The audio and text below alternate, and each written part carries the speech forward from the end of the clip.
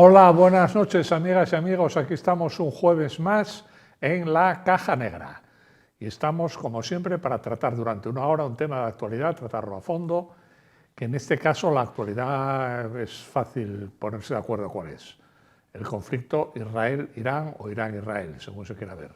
No es ya una guerra como la de Ucrania, que lleva más de 2 años, no es la guerra de Gaza, que lleva pues 6 meses.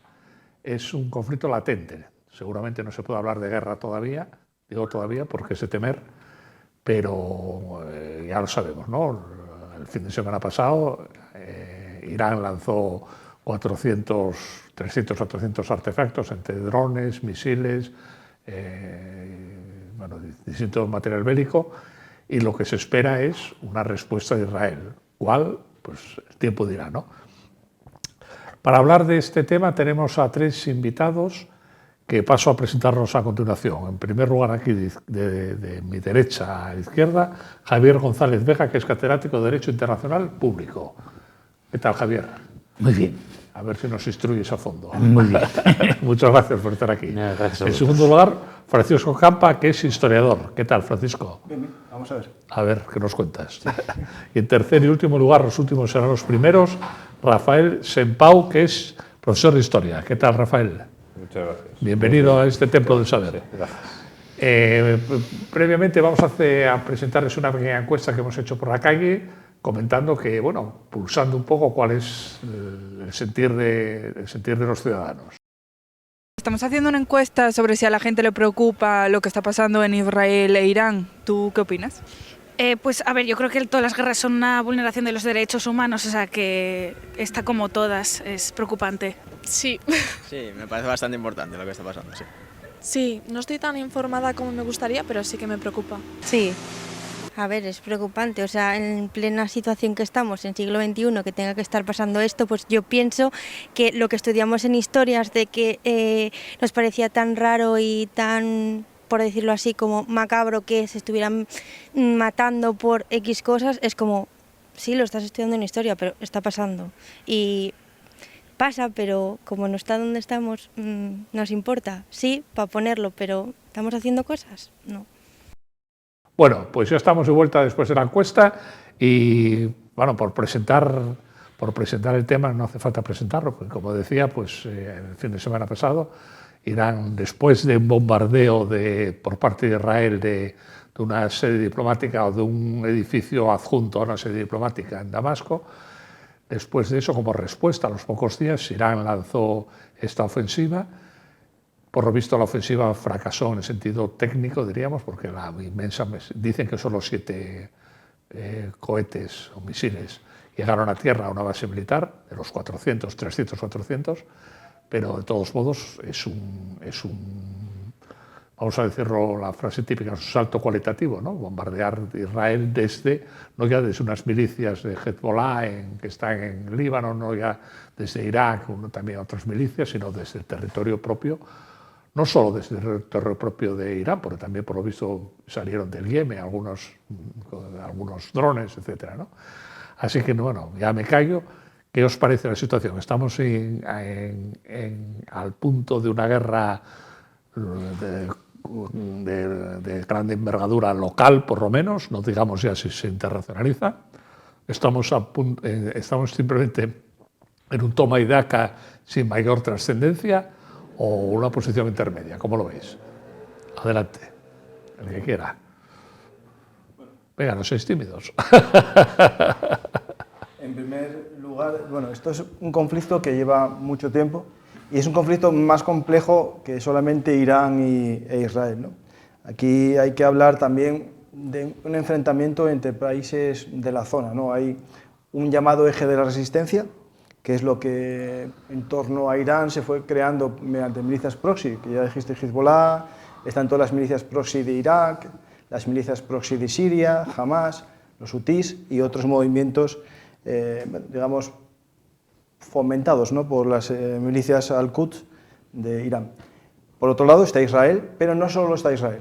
Esto hay que entender que antes del 7 de octubre se hablaba mucho de los acuerdos de Abraham, pero menos gente hablaba del acuerdo de defensa conjunta de Oriente Próximo, Oriente Medio, en el que estaba Arabia Saudí, Jordania, Israel y algunos de los Emiratos Árabes, que se puso a prueba justo con este ataque. Vimos que gran parte de los drones fueron interceptados en territorio jordano. También Arabia Saudí anunció que algunos de sus aviones salió a interceptarlos y, por lo tanto, no solamente es un conflicto, digamos, entre Irán y Israel, ¿no? Es mucho más y eso es un riesgo a escalada. Y ese es un riesgo a escalada en una zona muy importante. A ver, más opiniones, Javier. Bueno, es verdad, es una simplificación hablar de conflicto Israel-Irán porque ciertamente se ha reseñado en el entorno, digamos, de Oriente Medio las alianzas y los esquemas de cooperación entre unos y otros estados, en su caso algunos actores no estatales, ¿no? Y como bien se ha descrito, efectivamente, hay varias fuerzas en Liza y ordenadas en torno precisamente a, digamos, a los dos estados. ¿Eso es peor o mejor? Peor. Hombre, es peor porque obviamente la diversificación aumenta los riesgos de escalada. No estamos hablando de una dirección centralizada por parte de Irán o por parte de... Se ha visto, ¿no? En el caso, por ejemplo, de los hutíes, las actuaciones que han emprendido en el Mar Rojo han sido en muchas ocasiones totalmente al margen de cualquier tipo de coordinación con Irán y, como sabemos, han causado no pocos quebraderos de cabeza a la navegación internacional, ¿no? Y, por tanto, al comercio internacional en general. Desde esa perspectiva, pues claro, ciertamente la digamos, atomización de fuerzas que revela el escenario es peligroso, porque además, y vuelvo a mencionar a los hutíes, en este caso se trata de una fuerza que claramente actúa por libre, o sea, no se deja, digamos, no se deja guiar ni intimidar precisamente por las presiones de importantes estados. Ha desafiado a los mismos Estados Unidos de América, ¿no? con su confrontación. Por eso Quizá digo, porque tenga poco que perder, ¿no? Sí. Adviertas además que en el caso de los hutíes estamos en presencia de una organización chiita. Los chiíes y el sufrimiento Claro. es casi consustancial, ¿no? Y entonces, efectivamente, animosos y dispuestos, obviamente, llevan una prolongadísima guerra contra el Estado de Yemen que les lleva, por tanto, a poder adoptar decisiones poco razonables. Rafael. Estoy de acuerdo, lo que pasa es que yo voy a hacer una cosa. A mí me da la impresión de que Irán, digamos que los hutíes, digamos que cuando Irán no puede dar la cara, la dan otros en su lugar. Hutíes por un lado, Hezbollah por el otro. Yo lo que creo, bueno, es una opinión personal mía, que lo que ha hecho Israel es decir, mira, como sé quién está detrás, os voy a bombardear también a vosotros y os pillo, porque detrás de ellos están evidentemente, yo creo que les ha financiado, porque yo creo que en la financiación de Irán, llámese que les digo, misiles y drones, tal, a ver, no digo que no fueran derrotados, tal, pero hubieran tenido más dificultades los hutíes de cómo están ahora. Aparte de bueno, que el Yemen es un país que está dividido en tres, prácticamente, es decir, está dividido en tres y bueno, a este mix habría que sumar Estados Unidos, Francia, Inglaterra, Alemania, dicen, hay varios... O sea, que todavía es más. Sí, pero bueno, eso se parece bastante a una guerra mundial, ¿eh? Sí, y luego yo, por ejemplo, entre la cuestión de entre Arabia Saudita e Irán, porque llevan años de enemistad, y bueno, lo de Yemen yo creo que es un elemento más, porque Yemen empezó con bombardeos que fue del actual, prácticamente monarca, del príncipe Bin Salman, ¿no? Sí, que ordenó porque se les separaba a los otros, entonces bombardeos con F-18, me parece que fue, y que, bueno, desarrollo de la guerra fue peor de lo que, bueno, podría haber sido una guerra más localizada o luchas de batalla, y aquello ya se convirtió en, y sigue todavía, o está medio en... No, está parado. Está parado. Lo que es la intervención internacional, que llamaban así, que estaba dirigida por Emiratos Árabes, no está entrando en... No está entrando, ya sí, está en una especie como de tregua mal eso, vamos. De hecho, estaba hasta Egipto en esa alianza. Sí. Bueno, el tema es que es mucho más complejo que las simplicidades que suelen decir siempre en cuanto se trata la geopolítica y sobre todo el Oriente Medio Próximo, ¿no? Esto en España lo llamamos siempre Oriente Próximo, pero por influencia estadounidense, bueno, se dice medio, ¿no? Hay que entender, por ejemplo, Arabia Saudí tiene un problema interno que tiene una minoría de 1 millón, 2 millones más o menos de habitantes de religión chiita en la zona costera. Sobre 25. Sobre 25, sí. Pero bueno, de los 25 hay que ver que más o menos 15 millones son de población saudí y el resto son personas que viven allí pero no tienen nacionalidad saudí. Por lo tanto, a la hora incluso de la defensa del territorio o la defensa de la nación no es tan potente como su rival persa, ¿no? Irán tiene una población casi de 90 millones, 85 por ahí, que sí que pueden movilizar más fácilmente en una guerra. Entonces hay que ver esa situación de Arabia Saudí con esa minoría chiita que está siendo a veces movilizada por sus vecinos del otro lado digamos, del Golfo Pérsico, ¿no? Y están muy cerca y se dedican a malmeter en toda la zona, ¿no? Al final existen estas milicias al-Quds, ¿no? Estas milicias Jerusalén, que tienen como objetivo, indica su nombre, es liberar Jerusalén, pero claro, cuando una milicia al-Quds chiita quiere liberar Jerusalén, eso implica que Jerusalén sería chiita. Y hay que entender esa situación a la hora de ver este conflicto a nivel regional. Sería un gran insulto para los sunís, ¿no? Que Jerusalén que saliese de manos israelíes y cayese en manos chiitas, ¿no? Y eso hay que entenderlo para entender todo el conflicto y no siempre las simplificaciones de buenos y malos. Aquí este es un tema muy complejo. Javier. Bueno, esto que se plantea efectivamente tiene unas connotaciones que yo creo al mismo tiempo, pues yo diría, pueden resultar hasta tranquilizadoras, ¿no? Porque revelan precisamente la diversidad y también las rivalidades que en último término están presentes precisamente en algunos de estos grupos, ¿no?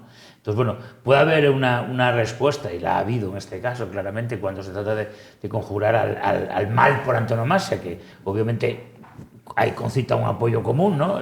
La idea de luchar contra Israel. Pero efectivamente, si hablamos... Satán, sí. Uno de tantos satanes, ¿no? El primero es Estados Unidos. Estados Unidos, el gran Satán. En la retórica iraní, el primero es Estados Unidos. Pero bueno, quiere decir que, de hecho, basta pasearse por Teherán para ver los grandes murales, obviamente, que exaltan, obviamente, al gran Satán, ¿no? Quiero decir con ello que, efectivamente, el problema es más complejo. El supuesto frente que trata de aunar Irán detrás suyo, pues revela ciertamente percepciones muy diferentes en cuanto a sus objetivos, que lógicamente en el caso de los hutíes pues son ciertamente muy modestos. Se trata sencillamente de sobrevivir en el contexto complejo de lo que es Yemen, pero no tiene desde luego una proyección ni unos visos de ir más allá, ¿no? Y en cambio hay otros objetivos, otros propósitos distintos y diferentes en las otras fuerzas que comparten, digamos, ¿no? En este caso Yo tengo leído que, se lee tanto estos días, ¿no? Esa temporada que es toda la vida, ¿no? Porque esto lleva toda la vida, que Irán no quiere la guerra porque no está preparado. Está esperando por el arma nuclear, está esperando por reforzarse más como ejército, que de hecho debe tener un ejército bastante bueno, y que no cae en la provocación, diríamos, o que no va a caer en la provocación, que hace un despliegue, como hizo el otro día, que un despliegue también retórico un poco, porque sabía que esos drones no iban a llegar, de hecho, y con eso ya, pues a su propia clientela interior, encantados. Es indudable que está obligado a responder. Eso, propaganda. O sea, el hecho precisamente del ataque al consulado iraní y la muerte precisamente de altas autoridades iraníes en él, obviamente obligaba a una respuesta por parte de Irán. Y entonces, esta es la explicación, se ha producido la respuesta, a sabiendas obviamente de que las implicaciones de la misma, las consecuencias de la misma, iban a ser muy reducidas como han sido. ¿Y a Israel le interesa la guerra? Por lo mismo, sí, pero por lo mismo también aquí Israel, en la medida en que se ha visto afectado por un ataque que ha sido obviamente resuelto quirúrgicamente y no ha planteado ningún problema, ha sido atacado. Claro. Hombre, entonces, teniendo en cuenta un poco conocemos la trayectoria de Benjamin Netanyahu, ¿no? Para saber que un ataque a Israel no va a pasar indemne. No queda sin respuesta. Por eso, entonces, claro, la cuestión será en qué momento, de qué manera... Dice que para el sábado, debe ser por el Shabbat. No sé. A ver, puede ser que se ataque tal, pero dice que esto le ha venido bien para el ataque a Rafah, que decían que si se lo discutían tal, y que sea esa la respuesta. Que sea esa la respuesta, dirán, mira, te vamos a atacar, sé que te vamos a molestar, más que yo creo que seguirán atacando a objetivos concretos en el Líbano y en Siria. Pero es conceptual lo del territorio, ¿eh? Territorio es decir, es mi opinión, atacarán Rafah, porque dice lo que pretende tal, que ahora pues tiene una cierta fuerza tal. A lo mejor le dijo a Estados Unidos, no ataques Irán y a cambio tienes campo para atacar Rafah. Y lo que sí yo creo que atacará será objetivos como se iba haciendo hasta ahora, y a lo mejor más al Líbano, a la zona de todo el Hezbollah y demás, probablemente también a Siria seguramente, porque también hay zonas de los, ¿cómo se llaman los que están los de Assad, Es una secta medio chita, alawís. Y bueno, que ya lo llevan haciendo, porque además una de las cosas, claro, que cuando fue la guerra civil siria, que eso aquí se tapó mucho, pero creo que en un momento dado en la frontera israelita, derrotados los rebeldes, se fueron a la otra zona heridos tal, los trataron bien. Eran rebeldes islamistas. Sí, los trataron bien, les trataron tal. Y de hecho hay fotos de Netanyahu con los rebeldes. Y decían uno que había, y pensar que nos habían engañado todos estos años, es decir, que Israel era y probablemente sigan todavía haciendo esas operaciones de castigo, que podrían ir a más, evidentemente. Ayer mismo hicieron operaciones en el Líbano. Sí. El tema de la respuesta, que claro, nosotros la valoramos porque hizo pocos daños, ¿no? Pero claro, en la vida, ¿qué se valora? ¿La intención o lo que logras, ¿no? Es decir, cuando hay un delito, es un delito que tú cometes y a veces no logras, se frustra, ¿no? Por X motivos, pero tú ibas a cometer el delito, ¿no? Vale, yo los drones, es cierto que para mí incluso lo que se buscó es el efecto de que todo llegase a la vez y que saturar las defensas antiaéreas israelíes. Eso hubiese provocado mucho daño si llega a saturar. Pero el problema que con los drones que van unos 200 km por hora, comparado con los misiles balísticos, hay que mandarlos mucho antes. Eso alertó con 6 horas a las defensas israelíes y pudieron destruir 111, de los 111 misiles balísticos, destruyeron 103. Es decir, esto es lo que hay que tener en cuenta. Tú cuando lanzas misiles balísticos, no estás buscando solamente figurar. Es decir, un misil balístico ellos lo lanzan porque piensan que no lo iba a parar el sistema antiaéreo. Es decir, los drones lo sabían todos que los iban a parar. Pero 111 misiles balísticos a la vez... Pero misiles balísticos se debe haber de primera, de segunda y de tercera. Sí, pero bueno, es más difícil un balístico siempre que un crucero o que un dron. No, pero un misil de crucero mandaron 36 y les destruyeron los 36. Claro, un misil de crucero a qué velocidad va, 500 por hora. No, 500, pero el problema es que van en vuelo más o menos como un avión. Y los balísticos suelen salir a la estratosfera y bajar algunos. Entonces, es verdad que fueron pocos daños, pero si llegan a tener a otro país que no tiene sistemas defensivos, esto no es un ataque simbólico, es un ataque a gran envergadura. Entonces, claro, depende cómo tú lo interpretes. Si lo interpretas por el daño que me causaron o por el daño que me iban a causar, la respuesta es muy distinta. Israel y la mentalidad del Oriente es por el daño que me querían causar, ¿no? Y yo creo que la venganza puede que se frene, pero no porque no quieran, sino porque en un estudio a lo mejor de DAFO, ¿no? de ventajas y oportunidades, le es mejor a Israel que ahora Estados Unidos, Europa condenen a Irán, le metan sanciones económicas, generar una mejor alianza con los países árabes y sobre todo lo que busca Estados Unidos, y a ver si Europa lo hace, es decir que el cuerpo de la Guardia Revolucionaria iraní sea un grupo terrorista. Eso llevaría que todas sus cuentas bancarias en el extranjero se embargasen, y estamos hablando de un cuerpo que posee más o menos el 20% de la economía iraní. Compañías petroleras, compañías de gas, compañías de construcción, compañías de aviación, y con eso financian el arma de represión más importante que tiene el régimen de Irán. El régimen de Irán tiene un ejército, que es el ejército del Estado, pero como toda dictadura tiene una guardia pretoriana, ¿no? Tiene sus propias Waffen, ¿no? O sus propias ejército popular, ¿no? Y esto es la Guardia Revolucionaria y las milicias al-Basi. Esas milicias que están hechas para reprimir al pueblo, más que para enfrentarse en una guerra, son el cimiento del régimen. Y por tanto, si Occidente declara un grupo terrorista a estas guardias, pues puede que sea un daño muy grande a un régimen que, bueno, que sí que le va bien, pero no tan bien económicamente a nivel interno. Hay problemas ahí internos que si se pueden picar, puede hacer que estalle. Para hacer una comparación, a Rusia le han embargado las cuentas, pero no se las han tocado todavía, después de 2 años y pico de guerra. Pero no se las han tocado. Creo que ahora se van a por fin a saquearlas. No, pero lo que se quiere es saquear los intereses. Sí, eso se quedaba con los intereses. Porque intereses. lo otro sería bastante un ilícito. Ya, pero estar en guerra, estar en guerra. Sí, pero no en guerra contigo. Es decir, claro. Estar en guerra con otro país. Entonces, con otro país, Efectivamente, la cuestión de las sanciones es ciertamente lo que ofrece un panorama nuevo en relación con el tema, y no porque obviamente no se han aplicado, que se han aplicado y muchas sanciones a Irán, pero efectivamente de introducir un nuevo paquete sancionador al hilo precisamente, digamos, de una respuesta colectiva del conjunto de la comunidad internacional frente a la conducta de Irán, en este caso ciertamente puede introducir por una nueva dinámica de desarrollo del conflicto, ¿no? Y en este caso, pues ciertamente con el objetivo de debilitar a Irán, que es un país que efectivamente se enfrenta a unos problemas en general respecto de su inserción en el conjunto de la economía mundial, del sistema mundial. Todavía no hablamos que detrás de Irán están o pueden estar Rusia, China, etcétera, ¿no? Sí. De eso no hemos hablado, pero como hipótesis es razonable, ¿no? Bueno, decía que Irán era uno de los que le abastecía a Rusia de drones, ¿no? Misiles de crucero. De misiles de crucero, sí. Sí, pero bueno, hay también, conviene tener presente que algunos de esos países tienen sus propias agendas, ¿no? Es decir, que Sí, las tiene.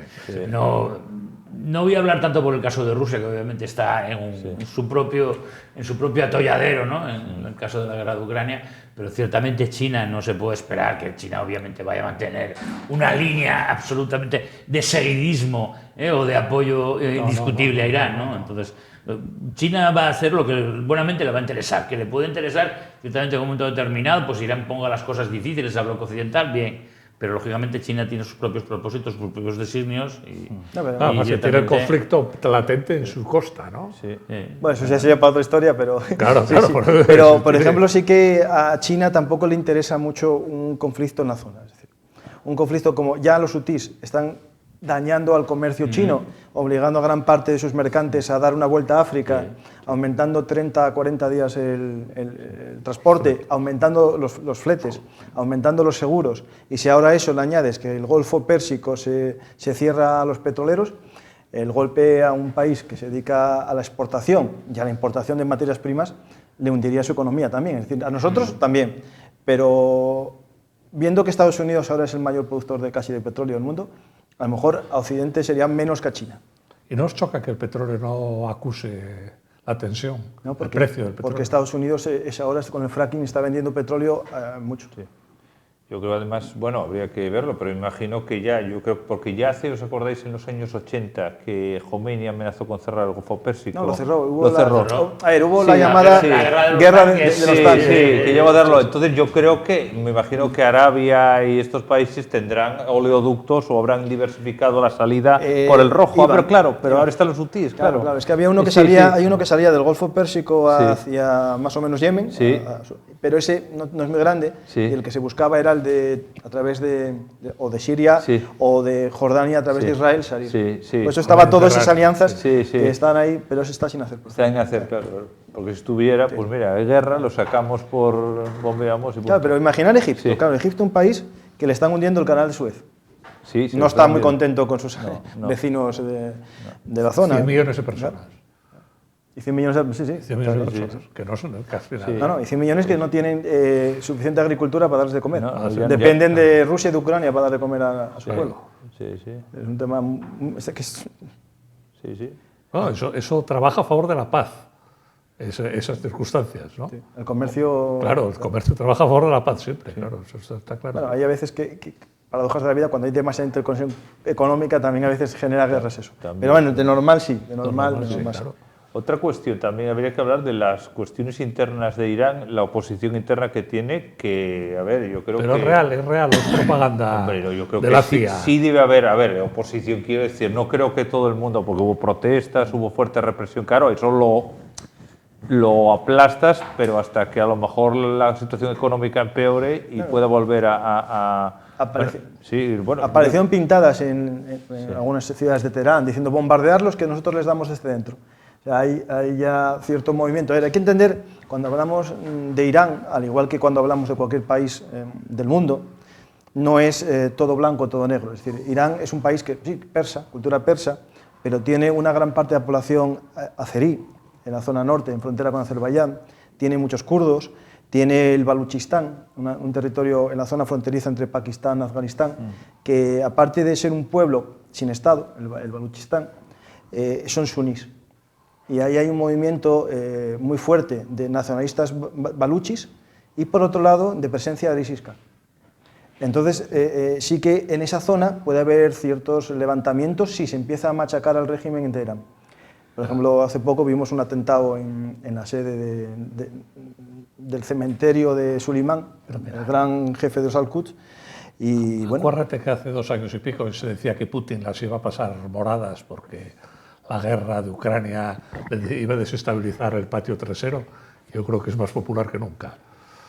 bueno, Las guerras Más popular no, las más guerras popular tampoco. refuerzan al Bueno, Sí. Refuerzan... no, unifican a las sí. naciones, pero Hombre, depende ciertamente de la sociedad. Sí, habría que para ver... se plantee la cuestión. Habría que ver Las hay en el ciertamente momento, que claro. tienen una cultura, digamos, democrática y que hace que permanezcan indemnes frente a esas pulsiones, pero las hay ciertamente que Estados tienen una- Unidos, que pierde la guerra de Vietnam por eso, precisamente. no, el tema de Rusia es cierto que parece, claro, con un 80% de los votos, que esos son todos súper populares. Hay que ver realmente cuántos de los votos son reales. Sí, cuántos Y son. en unas elecciones que no hubo casi ningún observador internacional, no hubo nada. No, Pues, no hubo nada. a ver, es cierto que las dictaduras, aparte tienen ese elemento, sean dictaduras o bueno, en este caso, regímenes, Ya, pero- autoritarismo, ¿no? Yo no creo que haga falta, en el caso ruso, alguien puede cuestionarse realmente que la popularidad de Putin efectivamente se ha incrementado, yo creo, entre la sociedad rusa. No creo, a ver... raíz de, yo creo que sí.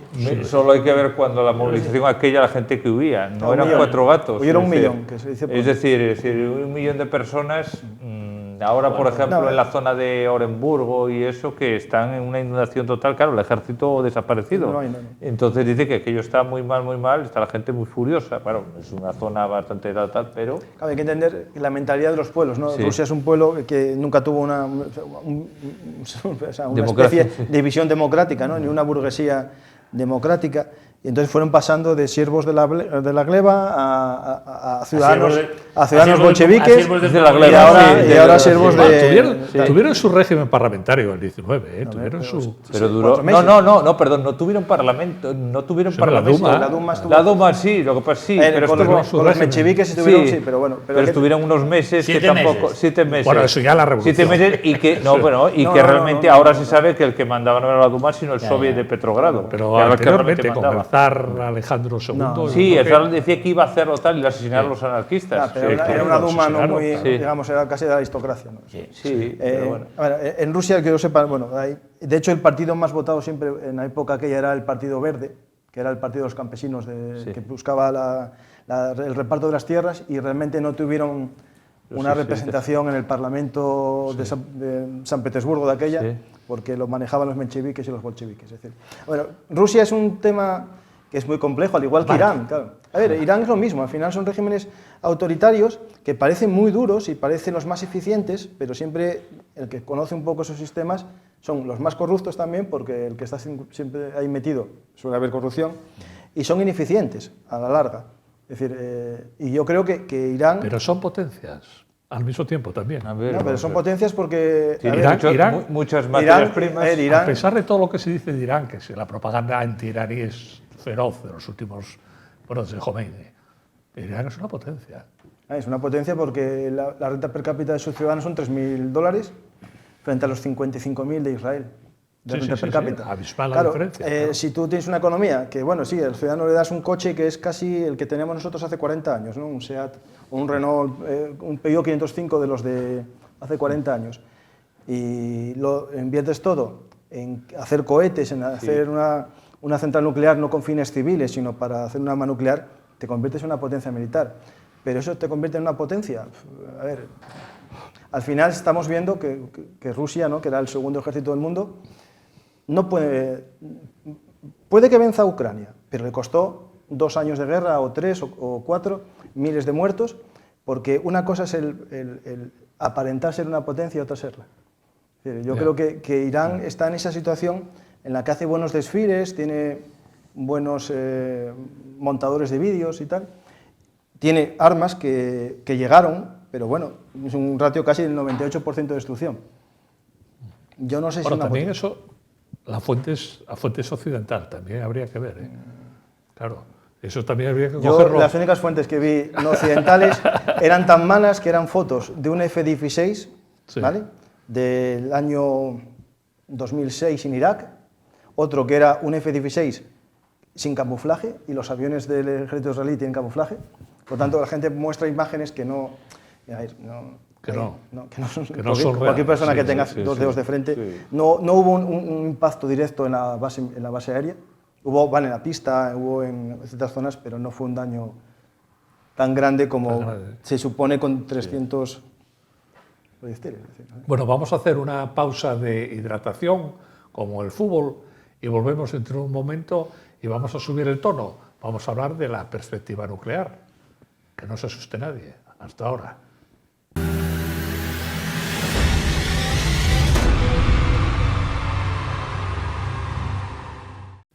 Bueno, ya estamos de vuelta después de la pausa de hidratación y lo prometido es deuda. Vamos a hablar que si puede haber una escalada nuclear. Consta, aunque es oficioso, que Israel tiene unas 300 bombas nucleares y consta, o medio consta, que Irán está a punto de conseguirla a 1 año, 2 años.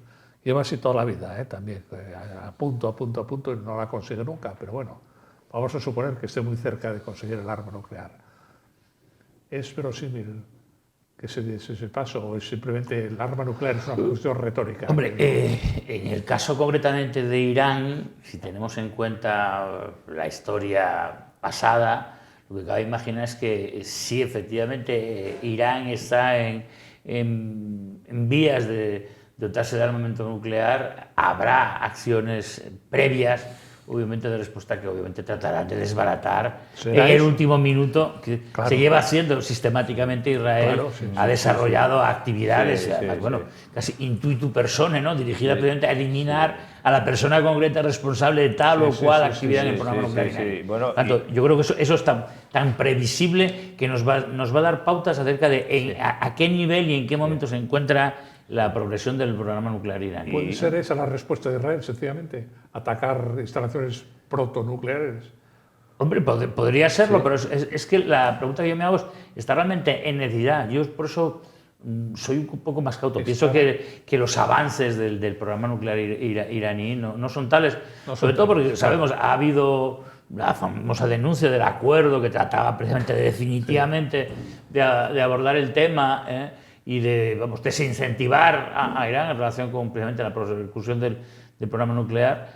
Eso se ha dejado por el momento de lado, pero no se han tomado medidas alternativas, que sería lo que procedería en el caso de que, como se está viendo, Irán no ha dicho en ningún momento que no a proseguir ese programa. Yo creo, si hay realmente avances significativos, yo creo que nos encontraremos en algún momento con la respuesta que no será solo de Israel, obviamente podría ser también de los Estados Unidos de América, ¿no?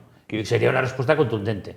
Por eso yo creo que el escenario de una confrontación nuclear que en este caso tenga por protagonista a Irán, no la veo tan inminente al menos. No. Y luego otra cuestión, que sea tal, ¿qué pasará en las elecciones de Estados Unidos? Si gana Trump... No, en eso coinciden. Sí, no, coincide, pero que Trump en ese aspecto quiere decir, eso es más pro más belicoso, sí. Más belicoso en ese sentido, ¿no? Que le digo, mira, o paras o te paramos. No, Trump no es más belicoso, es más pro-israelí. Más pro-israelí, sí, pero bueno. Sí, pero en este punto concretamente fue él, de hecho, el que denunció el acuerdo con Irán. No, y estuvo a punto de bombardear Irán en aquel momento. Sí, que una cuestión, exactamente qué pasó, que le mandaron aquel virus, porque un momento a ver, dado... eso se llama el Stunex. Sí. El Stunex era una especie de, un virus que tenía... Informático, sí, pero virus, informático muy peculiar, porque solo atacaba a los automatismos Siemens, que eran los que manejaban la centrifugadora de uranio.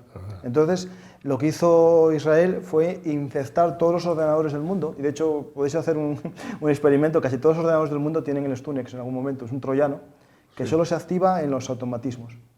Entonces, lo metieron con un lápiz de memoria también, y pusieron a las centrifugadoras de uranio a marchas forzadas y las quemaron.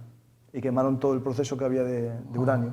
Fue un ataque solamente a Siemens, Sí. O sea, alemanas, Sí, sí. Mira qué bien. Creo que fueron Siemens, me parece. Bueno, eran los automatismos Siemens, sí, creo que eran Siemens. Sí. Eran las centrifugadoras, digamos, lo que hacía girar el sistema, lo calentó tanto que lo quemó. Y después hubo, por ejemplo, un precedente fue el ataque también israelí a la central nuclear iraquí, cuando era Saddam el que lo quiso hacer. Sí, en el 80. Entonces, Irak, claro, con esto todo... Irak.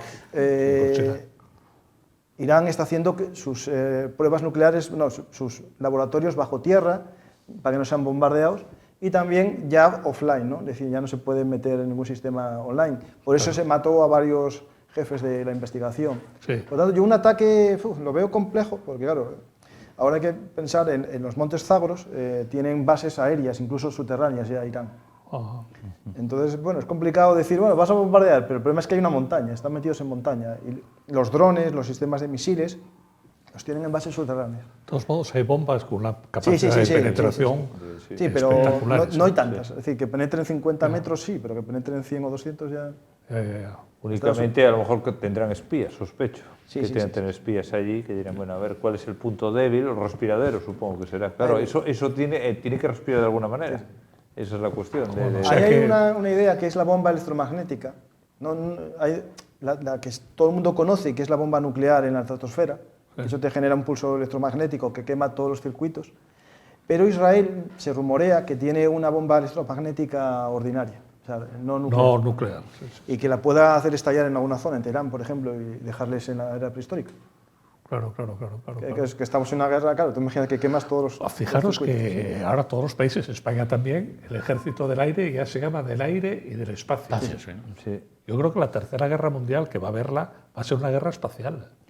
Y consistirá en cargarse los satélites del contrario. O sea, va a ser una guerra no cruenta. A lo mejor va a ser una guerra, por así decirlo, a lo mejor sin muertos. Pero que va a ser todo destrozar al otro, como las comunicaciones.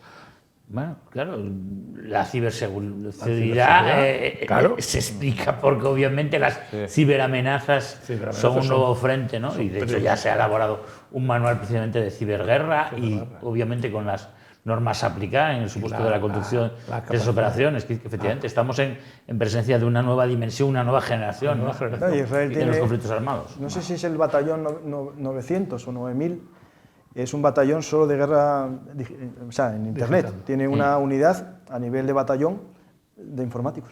Pero fíjate que si ocurre eso, es lo que decías tú, lanza la edad de piedra. Lanza un pulso electromagnético potente en un país te va... A la edad de piedra.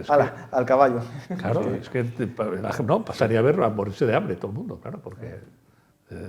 ¿Cómo consigues y puede que no muriese casi nadie, o sea, puede morir alguien que vaya a después, en avión, de hambre o de desastre, vamos, no de la acción bélica, diríamos. Bueno, así que descartamos la guerra nuclear. Podemos dar un mensaje de tranquilidad. Yo no sé si es que uno lo desea tan fervientemente, que habla desde el puro voluntarismo, pero creo no obstante que en este de los escenarios de los que estamos hablando, Oriente Medio, un escenario nuclear no es el previsible. Yo lamentablemente lo vería más probable en el entorno europeo, donde hay... Pienso que... Bueno, en el entorno europeo tenemos por un lado instalaciones nucleares y además muy deficiente estado de conservación y después tenemos obviamente armamento nuclear de un lado y otro, ¿no? Yo ahí, partiendo de que a día de hoy se cree que está al 30% de conseguir el arma nuclear, o pongamos que mienten el 40%, es cierto que a corto plazo yo no veo ese escenario, pero sí que veo un posible escenario nuclear, cosa que no veo a lo mejor entre Rusia y la OTAN. A ver, ¿por qué? Los ayatolás no aman mucho la vida porque creen en la vida después de la muerte. Es decir, ellos tienen su... Pero también creo en la vida después de la muerte. Pero no igual. Tú no crees en los mártires, no tienes como ilusión que te hagan un cementerio de mártir, que te vayan a rezar el martirio allí. De todo, Es muy distinto. Putin tiene mucho amor a su patria, pero le gusta más su chalet, le gusta más el yate que tienen los oligarcas en tal sitio. Por lo tanto, ir a un escenario nuclear en el que todos mueran no gusta a nadie que tenga amor a la vida, pero esta gente que cree en el martirio, que cree en 90 vírgenes en el cielo y tal, son peligrosos. Y es como si me preguntas si yo tengo miedo que el ISIS tuviese una bomba nuclear. Pues sí que tengo miedo. Lo que no tengo miedo es que lo tenga Israel o que lo tenga Francia. Conseguida en el mercado negro, diríamos. Bueno, si me entiendes, es decir, esta gente sí tengo peligro. Y los ayatolás... Pero el origen sería el mercado negro, porque no en los ayatolás sí. En el ISIS, por ejemplo. No tiene ninguna capacidad de obviamente. Y una bomba sucia no vale para nada. Pero sí que tengo miedo a eso. Gente que no tiene apego a esto y que creen en el martirio como fin. Entonces, bueno, es más peligroso. De todos modos, un supuesto de esos sería terrible, pero desde el punto de vista militar no tendría ningún significado. Porque una guerra no depende de pegar un bombazo a una ciudad, bueno, la destruyes, vale, pero Si destruyes Jerusalén, sí.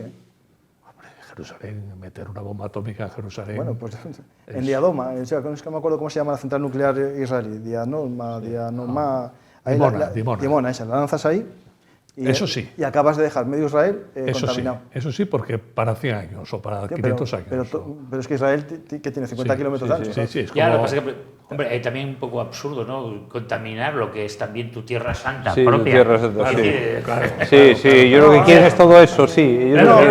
Aquello lo conviertes en un páramo nuclear, pero después, o sea, ¿quién puede ir a venerar el lugar desde que Mahoma subió a los cielos, que es Jerusalén? Pero los chiitas no creo que tengan tanto... Al Quds, bueno, la inundación sobre Al-Quds era el nombre de la operación de Hamas. Su reverencia hacia Al-Quds entraña que la operación tiene que ser limpia, será exterminar a los judíos, pero dejando intacto el territorio de... Pero yo creo que en el tema este de Irán hay que ir a la realidad y a la propaganda. Para ellos Jerusalén, Palestina es una excusa. No es una verdadera causa. Es decir, ellos tienen ahí en la Plaza Palestina el contador que en el 2040 desaparece Israel, tiene una cuenta atrás, porque su objetivo es que desaparezca Israel. Y para ellos Palestina es una causa que usan para su verdadera causa, que es hacerse líderes del mundo islámico, ¿no? Pero yo creo que, por lo que sé, los chiitas, bueno, tienen veneración a Jerusalén, pero no como los sunís. Tienen menos. Para ellos las tumbas de sus mártires son más importantes. Kerbala es así, comen pero yo creo que son más sagradas las de Irak. Kerbala y ¿cuál es la otra? Kerbala solamente, sí. Kerbala era más importante. Sí, la más importante, sí. Que eso yo creo que cuando la guerra querían también... Por eso digo que efectivamente, es un imaginario totalmente religioso diferente el que utilizan los chiíes, pero por eso digo que así todo, el plantear una estrategia que va a suponer eliminar a la población, es que un ataque limitado con armas nucleares sobre Israel, teniendo en cuenta eso, la exigüidad del territorio afecta también a las comunidades chiíes de el territorio es como Asturias y León. Eso no, es como Asturias y León. El martirio por la cosa. Por el martirio por el partido. Eso jamás lo dijo claramente cuando hizo lo que hizo el 7 de octubre, que lo que venía después era el martirio del pueblo palestino por la causa. Es decir, hay que entender la dinámica de esta gente. Es decir, esta dinámica no es de gente racional, es de gente... Pero no es retórica todo eso. Yo a esto les veo una retórica tremenda. Sí, retórica tienen, pero... Saddam Hussein, acordarse de Saddam Hussein. No, pero Saddam Hussein es distinto. Saddam Hussein era un dictador laico y... Sí, era laico, y eso te marca distintos... Pero hacía esas frases también rimbombantes y tal. Sí, bueno, sí lo tienen. Esos lugares sí tienen un verbo muy fluido. Tiene un verbo muy fluido. Pero desde el punto de Irán es mucho más peligroso que cualquier conflicto que nos veamos por ahí, porque tienen este elemento, digamos, en la guerra Irán-Irak, mandar a gente a la guerra, a los Basi, sin armas, solo para limpiar los campos de minas, con sus cuerpos, los niños de 16 años, de las juventudes revolucionarias. Claro, es que eso, visto desde fuera, no hay nadie que esté a favor de eso, y esta gente lo hizo, mandó a miles de jóvenes sin ningún tipo de preparación militar, solo a limpiar los campos de minas, pero con su cuerpo, no con palitos. Claro, kamikazes totales. Claro, entonces tenemos eso hay que cogerlo cuando tenemos como referencia un pueblo, ¿no? Y esto no son gente racional. Esa hipótesis de bombardear una central nuclear la veo más verosímil y más peligrosa en Ucrania. A mí eso de andar bombardeando una central nuclear, a mí no me cabe en la cabeza. Eso es jugar con fuego, no, es peor que otro Chernóbil en cualquier momento. No, pero eso se hará en su momento. Hay una teoría ahí, ¿no? De cuando se quiera escalar para desescalar, ¿no? Es decir, llegará un momento que imaginamos un escenario que sea que Rusia quiera retirarse, ¿no? De una zona. Entonces, como no se va a poder retirar, puede que haga una bomba sucia, es decir, que haga estallar la central, que diga que hay una fusión o que atacó Israel, se retire todo Zaporilla y así tenga la excusa ante el pueblo ruso de su retirada por culpa de la central nuclear.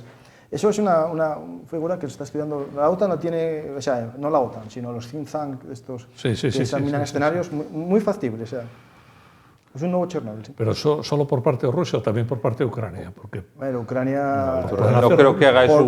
Ucrania por su propio territorio, por los vientos y tal no se renta. Ya, pero bueno. Bueno, a ver, si ya lo conquistan todo, va a perder hasta Kiev. ya de perdido ese río, si no es mía de nadie. Sí. Claro. Pero haceros la idea que entonces tendríamos 30 millones de refugiados en Polonia. Sí. Sí, sí. Bueno, volviendo a lo que estábamos, que es a Israel e Irán. También se dice que ahora lo que se va a activar otra vez es lo de Rafah, la zona de Rafah, la actividad bélica allí. ¿Cómo lo veis? ¿Como respuesta quizá o como diversión? Dicen como como- disuasión? Bueno, supuestamente sería como culminación de las operaciones, ¿no? Sí, Estamos pero que le ha hablando de venido una bien. campaña cuyo objetivo es la erradicación absoluta, según las palabras de los dirigentes israelíes, del movimiento Hamas y obviamente de las milicias de Hamas y adláteres. Ergo, obviamente esa labor debe concluir, obviamente, con la extirpación absoluta del movimiento y de todas sus infraestructuras en todos los sectores de Gaza, incluido por lo tanto también Rafah. Sí, yo creo que dicen que le ha venido bien el ataque a Israel, en el sentido de que, bueno, eso dicen, es una hipótesis que a lo mejor la prensa tal, de que si le estaban discutiendo por lo del, bueno, pues aquello de los cocineros, tal, que obligó tal, en un momento que parecía que le estaban presionando y que a lo mejor, pues mira, a raíz de esto, pues, mira, no ataques, pueden decirle, no ataques a Irán y a cambio tienes manos libres para atacar a Rafah, es decir, para, bueno, pues, Claro, a ver, según sabemos, Sí. bueno, sabemos que hubo Sobre una todo, retirada parcial de tropas israelíes, sí. quedó una división y una parte de la brigada, no me acuerdo cuál nombre, pero bueno, quedó una división y una brigada, digamos, en esa zona para evitar salidas de tropas de Hamas. Quedan cuatro batallones, que cuando hablamos de 4 batallones de Hamas podemos estar hablando de 5.000 hombres, pero el tema es que esto está metido entre la población civil. Entonces, las opciones que tiene Israel es seguir como está haciendo, que es barriendo el barrio y, digamos, obligando a los de Hamas a irse más al sur, que eso es lo que parecía que iba a hacer. Pero ahora con la retirada, lo que dicen medios como el Jerusalén Post y tal, es hacer operaciones de entrada y salida. Es decir, cuando tengan un objetivo, si no lo pueden destruir aéreamente, meten una unidad, salen, ejecutan y salen. Y el resto de Gaza, es decir, de Rafah hacia el norte, va a quedar una zona despoblada que ya está más o menos en Gaza City, que hay un corredor, una especie de corte. Pero, por ejemplo, en Gaza City a un tercio, vive gente en Gaza City. Muy poca porque está destruido. Y esa gente está refugiada en el sur. Es decir, Rafah tenía una población de 400.000 por ahí y ahora tiene 1,5 millones de personas, porque es las que vinieron del norte. Entonces la zona norte es una zona desmilitarizada. Y eso yo creo que puede que quedar a la larga como una zona de no población, que quede como una franja de seguridad para Israel. Eso es lo que puede pasar y en el sur es lo que dices. El problema de la política y lo militar es que cuando tú estableces un objetivo tan radical como que no quede nadie de Hamas, te obligas. Porque si consigues que queden 100, tú perdiste la guerra. Claro. Y jamás no se va a rendir. Es decir, jamás no le importa mucho el sufrimiento de su pueblo. No va a decir, nos rendimos, nos entregamos para que acabe la guerra. Eso no lo vamos a hacer. No lo va a hacer. Eso no lo vamos a hacer. Y por lo tanto, va a haber un sacrificio, porque claro, ninguno puede en esta guerra perder. Porque son guerras existenciales, esto hay que entenderlo. Sí. Para Israel, ellos lo conciben. Es decir, nosotros puede que no lo compartamos o que la gente no lo comparta. Pero un israelí piensa que eso es existencial. No, además hay un factor que parece, son los rehenes. Hasta que no se liberen los rehenes, Israel no va a parar. La pregunta es cuántos quedarán vivos. Sí, vivos. Bueno, teóricamente son 100 y pico, ¿no? Pero dicen que ya han muerto varios tal y no se sabe. Saberse no se sabe. No tiene contacto. No, a ver, es que esto, claro, esto, el problema de todo esto es que simplificamos todo, ¿no? El 7 de octubre no solo estuvo Hamas, estuvo la Yihad Islámica, estuvo el movimiento Mujahideen y el movimiento del Ejército Popular de Palestina. O sea, cuatro facciones, vale, Hamas era el 85%. Sí. Y esos grupos secuestraron por su cuenta. Sí. Y puede que hayan matado por su cuenta, o pueden que les hayan matado en los ataques por su cuenta. Por lo tanto, puede ser cierto que Hamas diga que no tiene gente, porque a lo mejor nunca los tuvo. Y también cuántos de los que entraban ya muertos. Sí. El que estuvo atento ese día, vimos vídeos de gente moto muerta. Pero de todos modos había una cifra oficial. Sí, pero no sabemos, yo creo que Israel no sabe cuántos iban vivos. No, claro, o sea, rehenes es decir, desaparecidos. Sí, o sea, gente que no ha sido reencontrada. A partir de ahí, supuestamente son rehenes. ¿Por qué se rompió? Son rehenes porque Israel pidió más pruebas de vida. Claro, y no se las dieron. Porque podían haber seguido una semana más permutando, canjeando gente. Y no Le habían ofrecido cadáveres, dijo Israel que... Claro, nosotros, aunque nos parezca extraño, en la tradición de este lugar se secuestran cadáveres. Es decir, Israel en el 2006 tuvo la guerra contra Hezbollah por un soldado israelí y 2 cadáveres. Porque buscaba rescatar a los cadáveres. Y claro, y eso... Bueno, es que las guerras siempre se hicieron por eso, en el mundo, desde la edad de piedra. Bueno, la gente no se retiraba porque no dejaba a sus muertos allí. Claro. Entonces, era sagrado, no abandonabas a los muertos. Claro, y en este caso, claro, hay gente que la cogieron muerta porque vale igual. Es decir, a la hora de hacer el chantaje, hacer el intercambio, te valía igual el cadáver. Y claro, eso es un problema porque ahora puede que no tengan ni el cadáver ya. Bueno, ahí la fecha, el sábado. Se dice que el sábado, no sé si por el Shabbat, parece un poco contradictorio. No, que es que hay una fiesta. Yo no sé, leí que había una fiesta próximamente. Sí, Shabbat, o sea que... No, pero Shabbat sí, pero que esperaban no sé qué fiesta tal, decían. Bueno, estas son las hipótesis. Esto es igual que los medios de comunicación, muchos, cuando decían que en el Ramadán no había ataques, y eso es una mentira como una casa.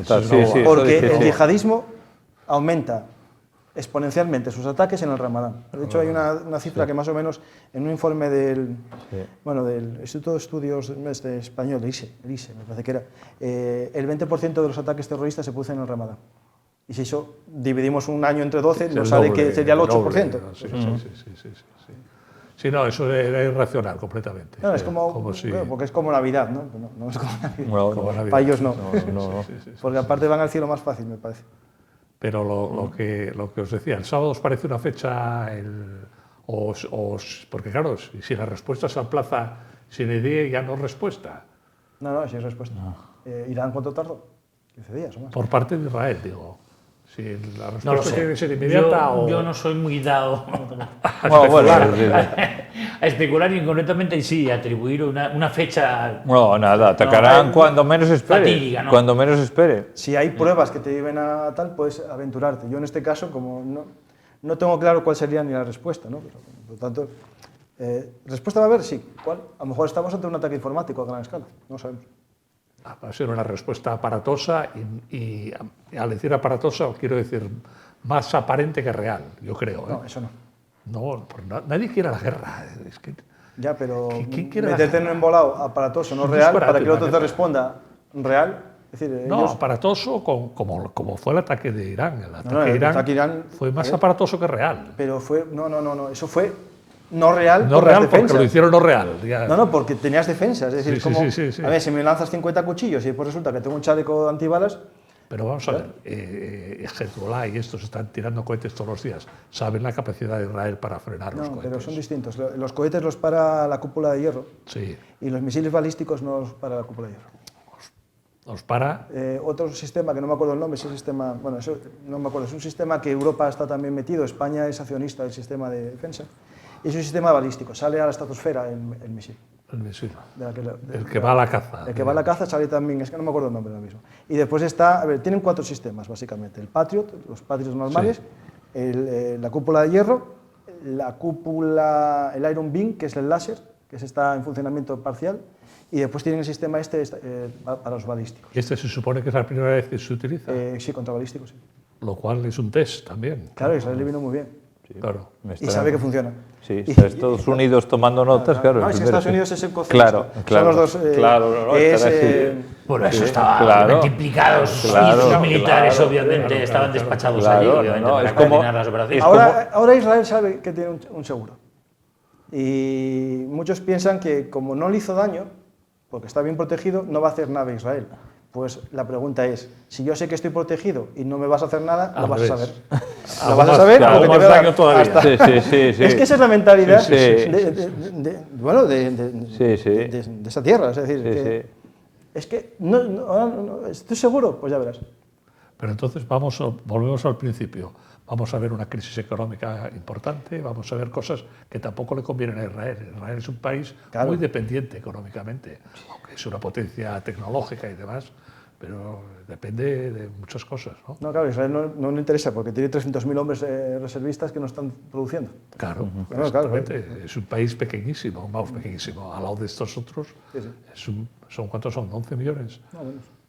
9 millones. Bueno, porque además 1 millón son árabes que no creo que vayan a la guerra. A ver, no van a servicio militar. Por eso.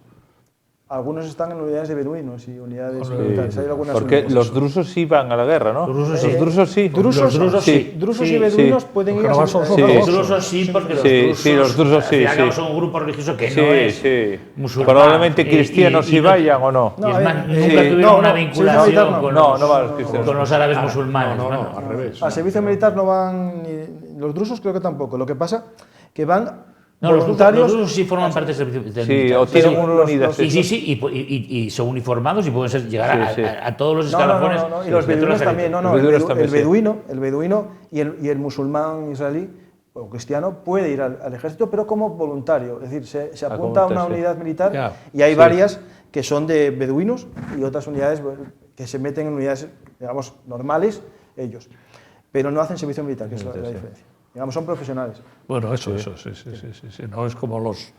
Al igual que hay ortodoxos que también... Que tampoco lo hacen. Que están excluidos. Sí, pero hay 2 unidades de voluntarios, voluntarios, porque les respetan los rezos, la comida y el sabbat. Es complicado.